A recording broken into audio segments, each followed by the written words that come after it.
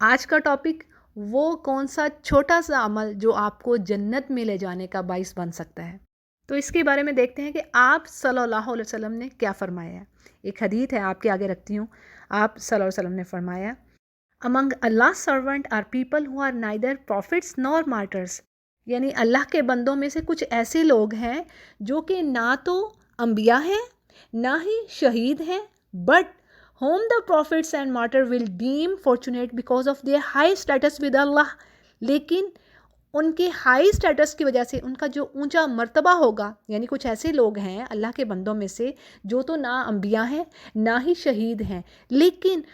قیامت کے روز اللہ کے ہاں جو ان کا مرتبہ ہوگا، جو ان کا ہائی رینک ہوگا، اس پر انبیاء اور شہداء بھی رش کریں گے. اور اس پر صحابہ کرام پوچھتے ہیں کہ یا رسول اللہ ہمیں بتائیے وہ کون سے لوگ ہوں گے. تو پروفٹ صلی اللہ علیہ وسلم رپلائی دیتے ہیں کہ they are people who loved each other for Allah sake even without being related to one another or being tied to one another by the exchange of wealth. یعنی وہ لوگ جو اللہ کی خاطر ایک دوسرے سے محبت رکھتے ہیں اور ان کا آپس میں کوئی رشتہ نہیں ہے، کوئی رشتہ داری نہیں ہے، کوئی پیسوں کا لین دین نہیں ہے، لیکن کیا ہے صرف اللہ کی خاطر وہ ایک دوسرے سے محبت رکھتے ہیں. اور نبی کریم صلی اللہ علیہ وسلم مزید فرماتے ہیں کہ قیامت کے دن قسم ہے اللہ کی کہ ان کے چہرے چمک رہے ہوں گے اور وہ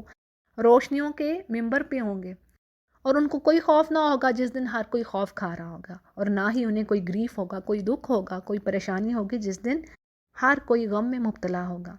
اور پھر آپ صلی اللہ علیہ وسلم نے اس آیت کو پڑھا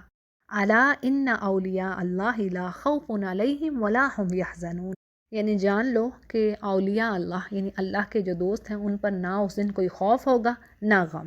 تو حدیث سے کیا پتہ چلا؟ ایک چھوٹا سا عمل صحیح، یعنی only love for sake of Allah, Allah کی خاطر محبت رکھنا، کوئی رشتہ داری نہیں ہے، کوئی ٹریڈنگ نہیں ہو رہی آپس میں، لیکن اللہ کی خاطر وہ ملتے جلتے ہیں، پڑھتے پڑھاتے ہیں دین کا علم اور ایک دوسرے سے محبت رکھتے ہیں. تو یہ ریوارڈ ہے ان کے لیے اس دن کہ ان پر انبیاء اور شہداء رش کریں گے. تو اس سے بڑھ کر کیا بات رہ گئی؟ یہ جنت میں داخلے کا سبب ہے یہ چھوٹا سا عمل. پھر اسی طرح ایک اور حدیث میں آتا ہے کہ ایک صحابی آپ صلی اللہ علیہ وسلم کے پاس آئے اور انہوں نے کہا کہ یا رسول اللہ آپ یعنی مجھے خوف ہے کہ میں جنت میں آپ سے دور ہو جاؤں گا کیونکہ جو آپ کی اعمال ہیں اور جو برگزیدہ صحابہ کرام یعنی ابو بکر رضی اللہ عنہ، عمر رضی اللہ عنہ، ان کے جو اعمال ہیں تو میرے پاس تو ایسے اعمال نہیں ہیں، تو میں تو آپ سے دور ہو جاؤں گا،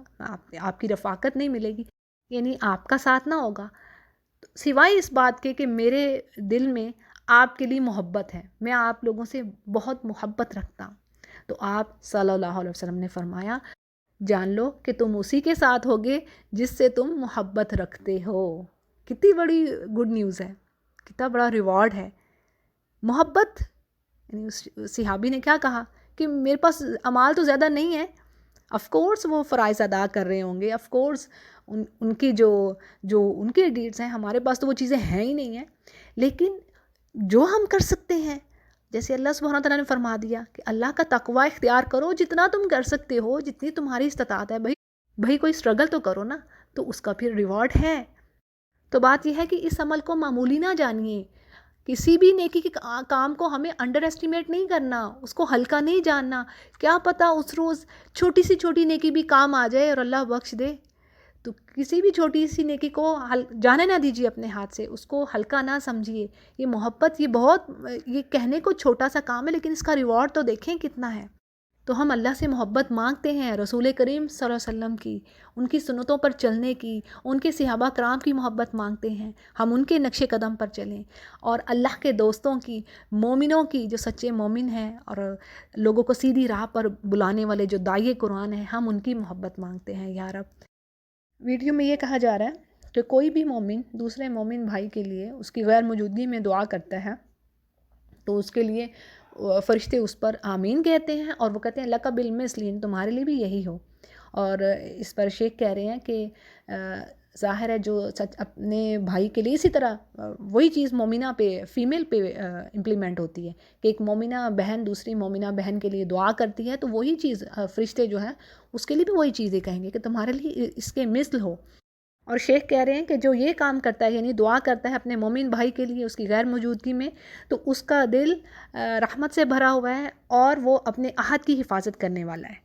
اور ایک حدیث وہ بتا رہے ہیں کہ آپ صلی اللہ علیہ وسلم نے فرمایا کہ عہد کی حفاظت کرنا، یعنی جو اللہ سے ہم نے عہد لے رکھا ہے، پرومس کر رکھا ہے، اس کی حفاظت کرنا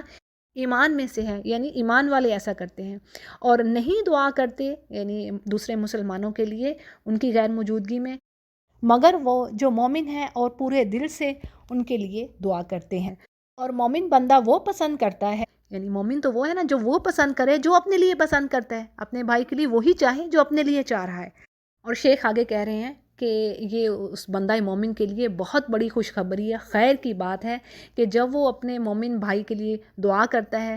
یا اس کا ذکر ایسے وقت میں کرتا ہے جو کہ اجابت الدعا، یعنی جس میں ایسا وقت جس میں دعا قبول ہوتی ہے، اور وہ ان گھڑیوں میں اپنے مومن بھائی کا ذکر کرتا ہے، یا اسی طرح مومنہ جو ہے اپنی مومنہ بہن کا ذکر کرتی ہے،